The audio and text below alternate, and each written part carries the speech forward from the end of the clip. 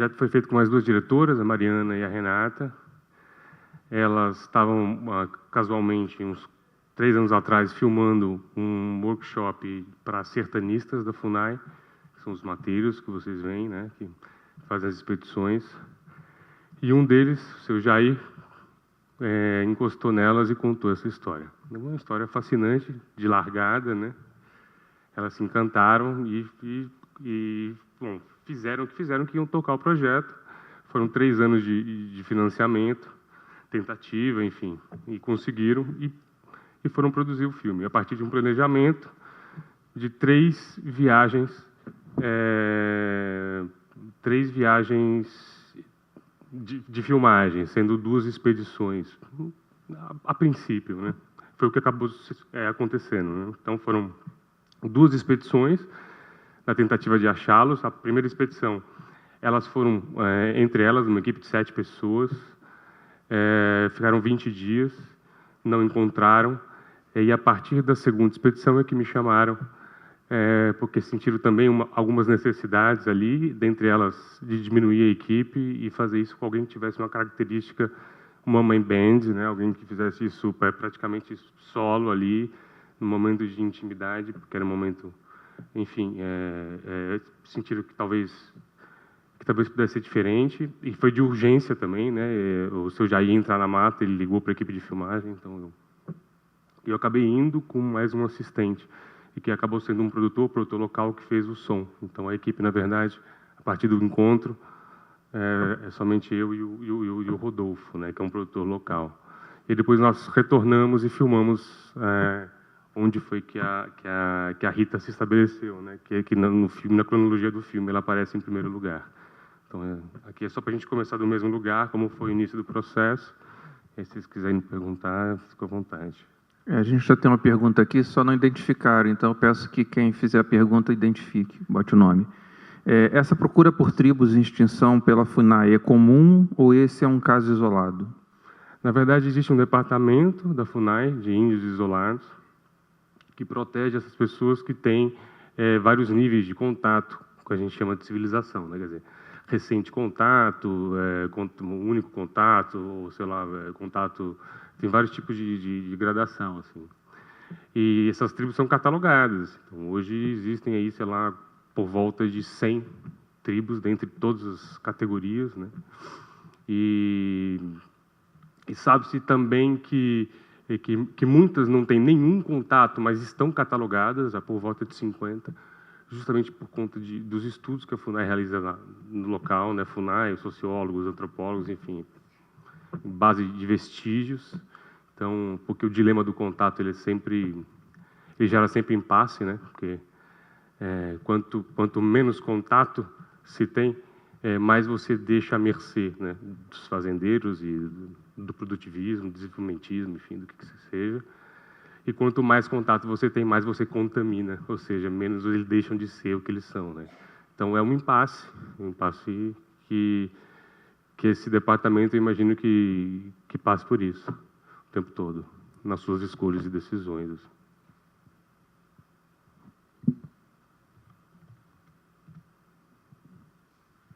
Bom, aqui tem a Neuza falando que a história é incrível, emocionante.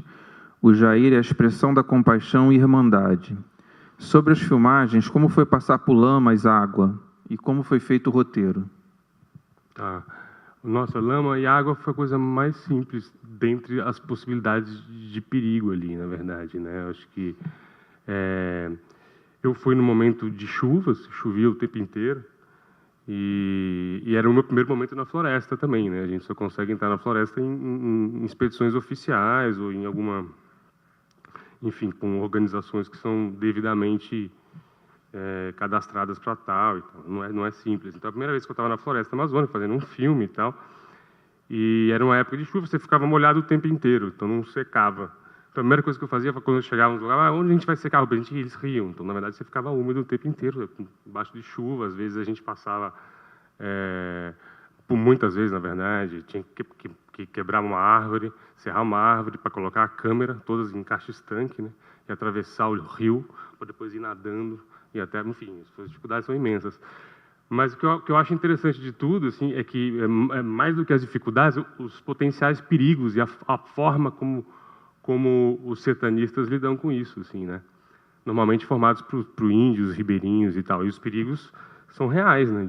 De onça, de animais, e principalmente de cair uma árvore ali no acampamento e morrer todo mundo. E é muito factível, não tem nada muito... Só que eles não compartilham paranoia, né? Então eles não têm a nossa cultura de... Você chega num local, você fala...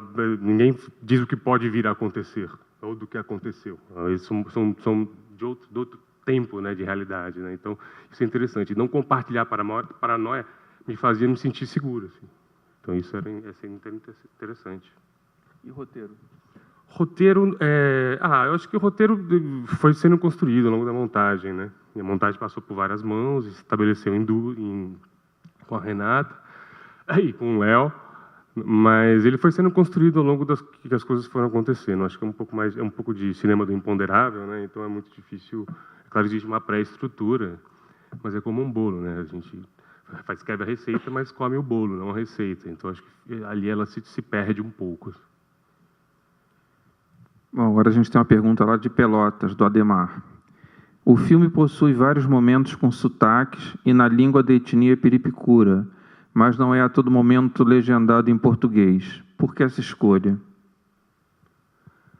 Olha, foi uma escolha, e ela parte de um princípio quase técnico, na verdade, de importância histórica, que é que, no fundo, duas pessoas com privação de contato, que vivem isoladas, né, muito tempo, 30, 40 anos, falando uma língua, essa língua deixa de ser, né?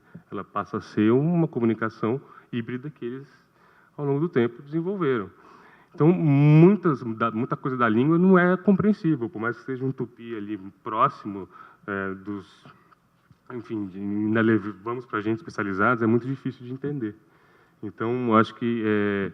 E aí a gente achou importante, porque eu também vivi aquilo naquele momento, né? Aliás, ninguém entendia nada, e aquela comunicação sonora ali, ela se fazia de outra forma. Ela era muito física. Então, a gente decidiu deixar o filme dessa forma, né? E aí, alguns momentos que são chaves, que a gente conseguiu traduzir, e que, inclusive, um deles eu acho de uma força dramática bem grande, que é quando eles falam, e isso fica muito claro, quando eles falam, a gente vai, mas vocês ficam aqui. Isso é importante porque, assim, a impressão que dá é que, assim, eles fizeram questão que a gente entendesse, né? Por isso que ficou claro, por isso que ficou traduzível, né? E os outros, acho que não ficaram. Há relatos sobre desinvestimento governamental na FUNAI nos últimos anos? Pergunta é do Luiz Otávio. Olha, sim, na verdade a FUNAI está acabando. A própria coordenadora da FUNAI, que aparece no início do filme, acabou de se demitiu depois de 20 anos. A FUNAI deixou de ser, né, como era.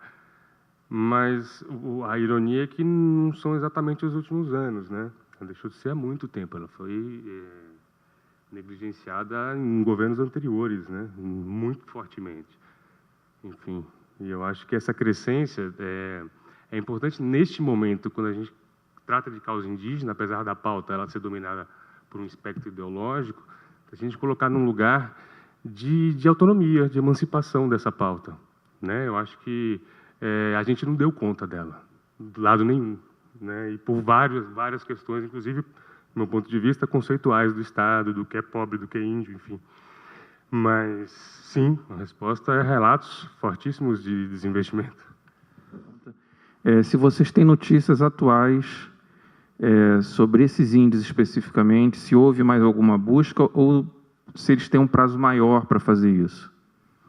Não, eles, na verdade, como não é uma área oficialmente protegida, ela é demarcada, desculpa, ela é protegida, a portaria dela dura 2 anos. Então, a cada 2 anos, teoricamente, este ano, eles estão saindo para buscar vestígios deles.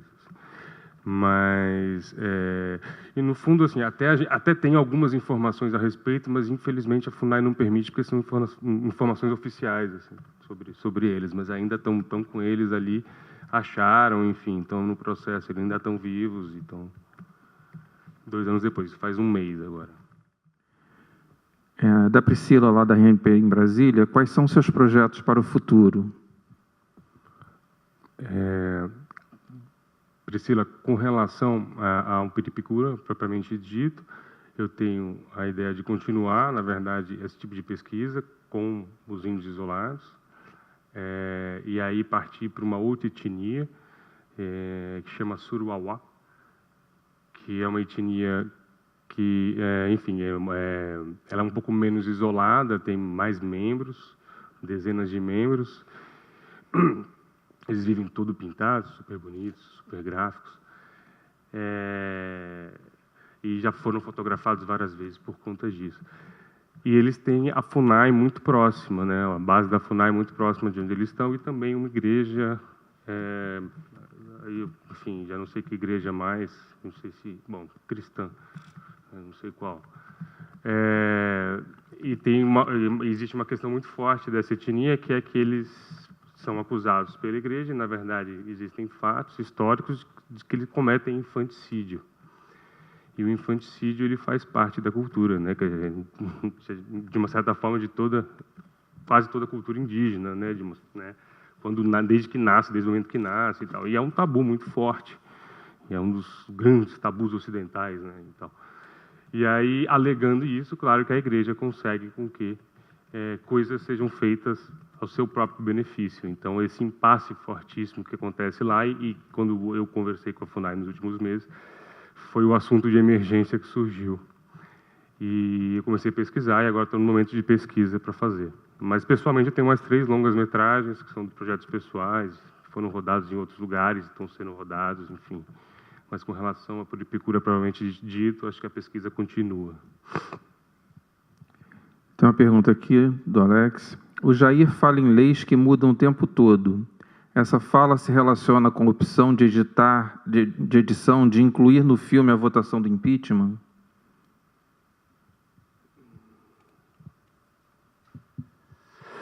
É uma sugestão de conexão possível, mas não necessariamente, assim. Na verdade, a mudança de lei por uma estabilidade política e pela troca política, né? Cada 4 anos se muda o governo, se refaz tudo, então acho que é uma questão. E ali, de fato, aconteceu. Eles estavam assistindo aquilo, né? Por incrível que pareça. Por mais que depois a gente deixa aquela coisa mais, né, coloca outro som, enfim, melhora e tal, e parece dar uma ficcionalizada, entre aspas, na cena. Mas, no fundo, eles estavam assistindo aquilo mesmo, e eu estava com eles assistindo e tal. Tem uma pergunta lá do Rio Grande do Sul. Oi, sou a Andressa, faço pedagogia e gostaria de usar o espaço para compartilhar uma experiência que está acontecendo em Maquiné, no Rio Grande do Sul. Os Mbia Guarani, juntamente com apoiadores, estão construindo uma escola autônoma. Para quem quiser saber mais, tem página no Facebook. Chama-se Teco Geapo, Escola Autônoma Mbia Guarani. O motivo dessa construção é a retomada de sua própria cultura, o pensar a partir de si, não de regras de uma outra cultura de fora. Além disso, podem me chamar pelo Facebook para compartilharmos mais. Bom, tá aí, quem tiver interesse é só anotar, né? E ela agradece pelo filme e pelo espaço. Bom, a gente tem mais uma daqui do Márcio. Você chegou a ter alguma interação com os índios fora das gravações? Comente um pouco sobre o seu encontro com eles. Na verdade, eu quase sempre estava gravando, mesmo nos momentos que eu estava me relacionando com eles, né? Então, quando eu percebi que no segundo dia chamaram o primeiro tradutor, o segundo, e as coisas não estavam com dificuldade de comunicação oral muito forte, e eu comecei a tentar me comunicar com eles de forma corporal, e dançar, e fazer coisas que, enfim, tocar mais, sorrir, aumentar os gestos, né? E tentar me comunicar mais corporalmente, assim. E parte disso, sim, foi filmado, só não foi editado, né? Mas eu tinha uma preocupação muito forte, que era assim, eu não sabia, eu fiquei 3 dias com eles na base. Só para retomar o que aconteceu, né? A base é 10 horas de Paraná, numa estrada de terra, né? No meio da Amazônia. Lá é uma base construída pela FUNAI, que vocês viram, por eles mesmos ali, local, que tem um gerador, e dali a gente sai em expedição e fica 7, 8 dias em expedição no mato, dormindo uma noite em cada lugar e volta para a base. Essa era a dinâmica, porque aí volta, descansa 2 dias, 3 dias, e aí retoma a expedição, a viagem, etc. e tal. E aí, quando eles vieram, eles ficaram 3 dias. Quando a gente voltou da primeira expedição, ia ficar 2 dias descansando. Quando estava descansando, eles apareceram, porque 18 anos depois o fogo apagou, né? Que é o que vocês viram. E aí eles ficaram 3 dias comigo na base, e eles, de uma certa forma, segurando, né, naquele dilema, né, os índios. Mas só que eu não sabia quanto tempo que eles iam ficar. Isso era uma situação. Eu tinha que tomar decisão a cada segundo, podia ser 5 minutos. Eu, na verdade, ali, eu também estava fazendo um filme, né? Quer dizer, eu não estava só vivendo, né? Isso, às vezes as coisas. Então, assim, que filme era aquele, né? Podia durar 10 minutos, 5 minutos, então eu não podia parar de filmar. Então a minha relação com o índio foi mediada pela câmera o tempo todo. Então, ou foi gravada ou estava lá atrás dela, né? Então, acho que foi isso. Mais uma pergunta da Neuza aqui. Esse tema parece não interessar ao governo. Como foi a captação de recursos? E como foram feitas imagens aéreas? Na verdade, foi o governo que pagou. Foi através do canal Curta, né? Lei de incentivo fiscal, lei de exceção cultural, enfim, fundo setorial. E não tem imagem aérea no filme, eu acho. Só se não sei, eu não lembro de ter imagem aérea no filme. Eu não gravei imagem aérea também.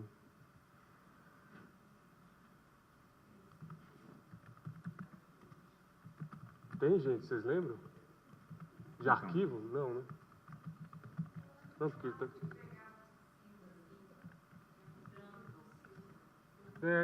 Não. Mas eu acho que não são aéreas. Não era. Não tem drone. Teve um momento que tem umas imagens que eu até suspeitei, mas depois eu vi que não, que era a câmera na mão mesmo, muito bem feita. Com Steadicam. Com Steadicam. Bom, o Luiz Otávio aqui pergunta, afinal, como estava a saúde deles? Mas eu acho que o filme responde, né? No filme já deixa claro no final ali que estava tudo ótimo. Ela fala sobre isso, né? Existe só para complementar, né, a pergunta, que existe um temor, né, porque, claro, por conta da terra que vai diminuindo, né, você vai tendo... Porque, no fundo, assim, eles não sabem mais fazer fogo... eles não sabem mais fazer fogo porque a maneira como eles faziam antes necessitavam de ferramentas que agora não podem mais, porque aquelas áreas não são mais dele, depois do rio, onde eles caçavam com arco e flecha, o que eles faziam a flecha, já não dá mais para fazer. Então eles vão adaptando, por conta dessa privação, eles são pessoas que eles vivem, ele, um machado e uma tocha, né? Então, quando, por exemplo, quando falta comida, porque eles já não conseguem caçar da forma como caçavam, ou se caçavam, isso é uma fábula, ninguém sabe também. E aí eles, às vezes, são obrigados a ficar muito tempo comendo castanha. E aí os dentes deles estão condenados, assim. E isso é perigoso, porque eles vivem praticamente dependentes do dente, né? Óbvio, eles vivem na selva, né? E aí essa era uma questão importante, assim. Mas fora isso, é impressionante. É assustador, né? Segundo a própria enfermeira, assim. Até a noção de... Até o corpo dos dois eram muito parecidos, muito simétricos, assim. Uma curiosidade, não está no filme, né? Mas você sabe se houve algum encontro posterior da Rita com eles? Porque ela vai na primeira expedição que não rola o encontro. Depois, quando rola o encontro, ela não está, né? Exatamente. Não, depois não teve. Não, o que teve foi agora. Que teve neste momento agora. Isso é que eu estou perguntando. Nesse agora teve, 1 mês ou 2 meses atrás. A Rita se encontrou, está com eles, enfim. Porque, na verdade, a Rita, ela naquele momento do filme, ela foi morar naquela base. Justamente nessa base que eu falei, que existe uma base da FUNAI só para os piripicuras, para os dois ali, e precisa ter pelo menos uma pessoa para assisti-los quando necessário, quando eles foram requisitados. E aí a Rita, com o marido, que é de outra etnia, passam a morar ali a partir desse momento que a gente faz o filme. Então, aquela mudança é que eles estão indo para aquela base e estão morando lá desde então, assim. Uma pergunta aqui do Guilherme. Qual a dimensão atual da terra deles? Equivale a quê? Guilherme, desculpa, eu não me lembro. Não me lembro. É bem grande. Para os nossos padrões, assim. que é muito diferente, porque essa monocultura do espaço nossa, né? Acho que justifica, inclusive, ideias levianas a respeito, né? Que eles têm milhões de hectares, né? Mas, na verdade, a ideia, um apartamento para a gente, em termos de conexão, é para eles um espaço gigantesco, né? E quando você vê eles no mato, é impressionante. Então, e ainda assim é insuficiente para eles continuarem o que eles continuavam, né? Que eles viviam, né? Uma pergunta da Bahia, uma pergunta da Flora. Gostaria de saber se a língua deles foi documentada. Quem fazia a tradução era da FUNAI? E houve alguma mudança drástica na FUNAI após o golpe? A língua deles é aquilo que eu comentei, né? Uma língua um pouco híbrida e tal, que, na verdade, na prática, no final dela, né, depois desses 30 anos de privação de contato e tal, mas a tradução era... primeiro veio uma tentativa de tradução, né? Primeiro veio um funcionário da FUNAI e depois veio o outro, mas são funcionários que são indígenas, ribeirinhos, que estão lá na frente ali, não são especialistas, não são nem tradutores juramentados, nada disso, são índios, ribeirinhos e pessoas que têm contato com a língua desde que nasceram.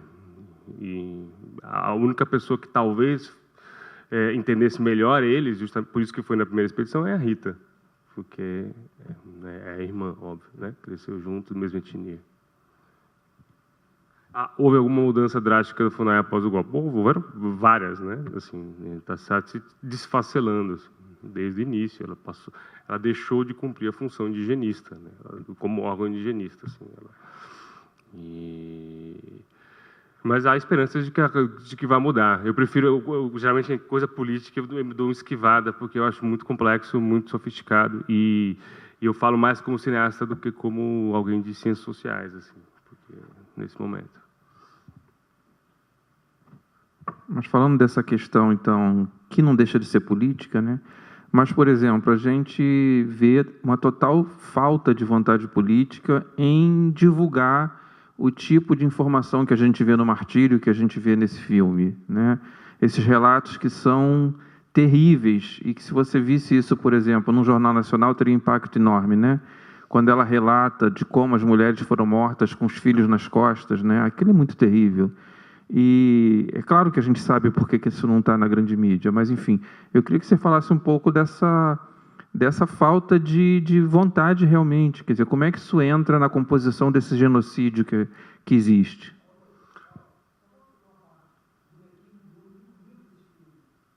Assim, ele está falando que o bonequinho do Globo dormiu para o Piripicura. Mas ao mesmo tempo, eu não sei. Bom, vamos lá. Assim, eu acho que umas coisas não são necessariamente contradição. A gente estava conversando agora há pouco. Não dá para também a gente responsabilizar a falta de interesse político no tema. Eu acho que também as mídias de massa trabalham com massa. A massa não se interessa, a mídia trabalha com demanda. Existe também um interesse econômico forte disso, que vai além das questões filosóficas, eu acho. Também, claro, evidentemente. Mas ali é difícil, quando você vai para o cinema, que um filme que faz sucesso, tem 900 pessoas na sala de cinema, né? E agora, ao mesmo tempo, as grandes mídias como Folha de São Paulo, Estado de São Paulo, deram cadernos incríveis, deram críticas enormes. Fora o Globo foi exceção, não gostou, não está na Rede Globo, enfim. Mas eu acho que há uma falta de interesse das pessoas em ver o índio, em se ver, né, daquela forma. Eu acho que é aí que o interesse econômico não se interessa. Também não dá para a gente... óbvio que, né, se fosse interessante, e eu já escutei coisas mesmo de publicitários que foram fazer filmes de cinema e que se recusaram. Escutei falando que filme de índio não vende, as pessoas não gostam de filme de índio. É a frase que a gente escuta em qualquer lugar, né? Então, eu acho que a mídia não é diferente da gente, ela é a nossa projeção, né? A gente não quer ver filme de índio, né? Assim, de uma certa forma. Então, é uma polêmica também, assim. Bom, tem uma outra lá da UFPEL. Fazer documentário envolve uma delicadeza a partir do momento que o filme acontece pela doação da imagem do outro.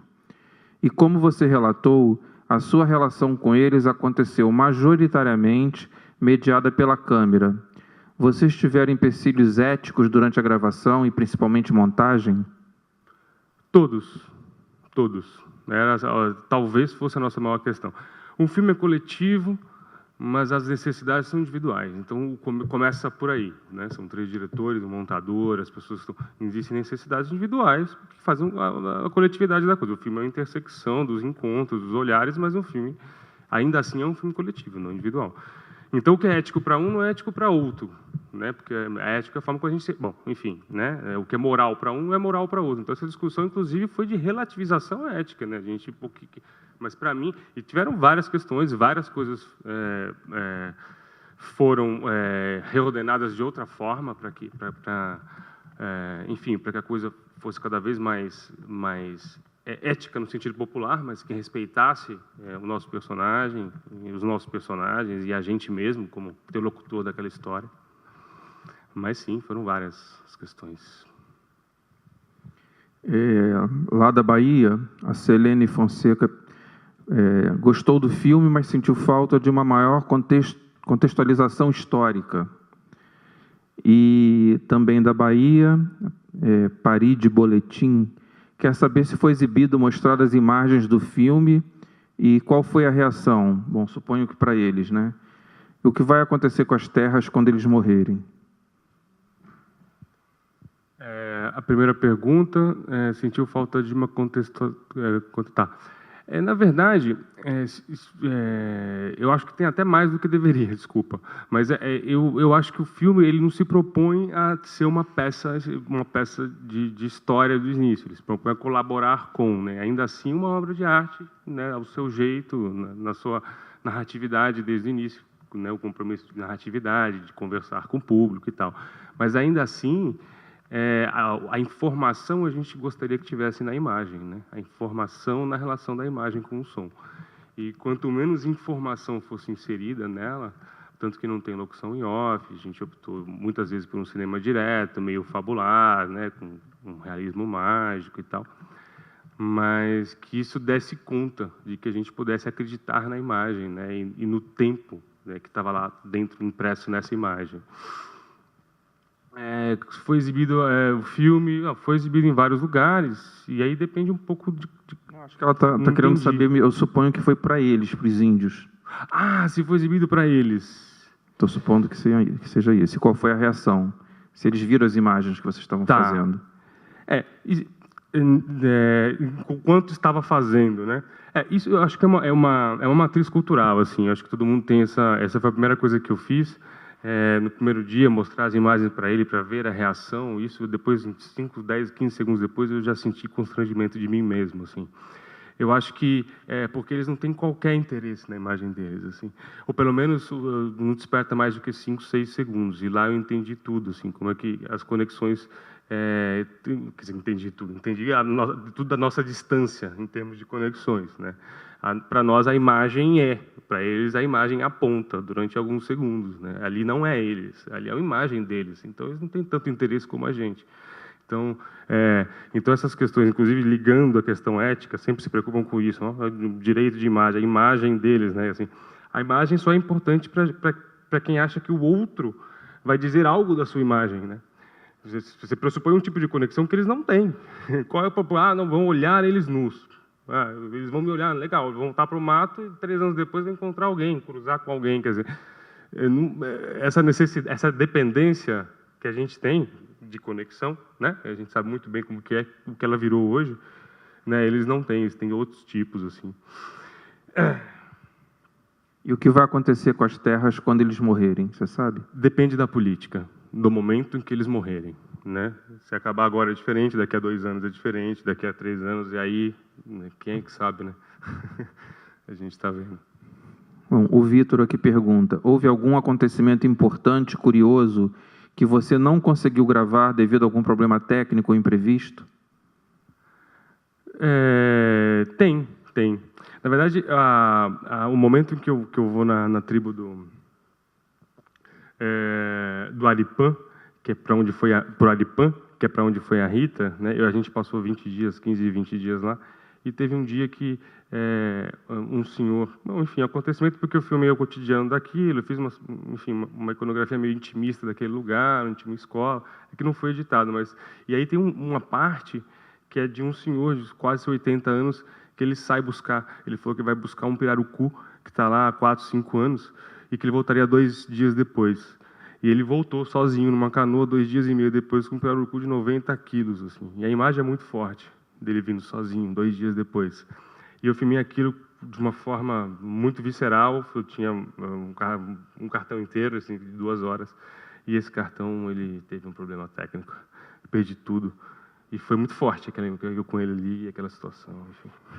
Mas provavelmente não estaria no filme, mas... Enfim. E o Vitor também pergunta quais cuidados foram tomados pela equipe para não interferirem nos acontecimentos. Cuidados, na verdade, eu não sei se eu partia da premissa da não intervenção, porque eu já estava lá, eu já estava intervindo, né? Assim, a minha câmera já estava lá, a minha imagem já estava lá, a minha presença era constante. Eu estava o tempo inteiro em comunicação com eles. Então, eu já era a própria interferência. A minha questão era como escolher essa interferência, né? Como fazê-la, né? Assim, onde recuar, onde chegar mais perto, onde me relacionar. Até porque, além de viver, eu estar fazendo um filme, né, existia, enfim, essa questão do compromisso. Eles não sabiam, enfim, eles estavam fazendo outra coisa ali, né? Eles estavam também existiam outras tensões naquele momento, né? E eu tinha que respeitá-las, né, como cineasta e tal. Então, mas era a cada decisão, né? Assim, acho que interferir nos acontecimentos, não tem um lugar que fala, até aqui eu vou, não, depende do momento, depende da intuição, enfim. Mas as decisões eram baseadas em questões éticas, técnicas, cinematográficas, e tinham que ser feitas de forma urgente.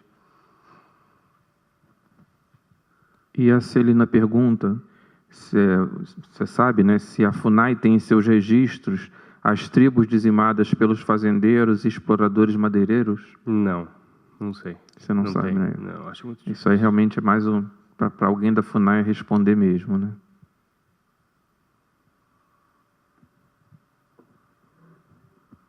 Na verdade, a gente sabe que a quantidade é absurda. A gente não sabe quanto, né? Mas a gente sabe que muitas tribos já desapareceram, não só antigamente, como recentemente, né? Bom, obrigado, gente, por terem resistido, por terem ficado, pelas perguntas, as boas perguntas. E eu estou disponível, se precisarem mais informações, enfim, aqui nos corredores. Obrigado, Paulo. É isso aí. Então, eu queria agradecer a todo mundo, então vamos encerrando por aqui, ok? Boa noite e até a próxima.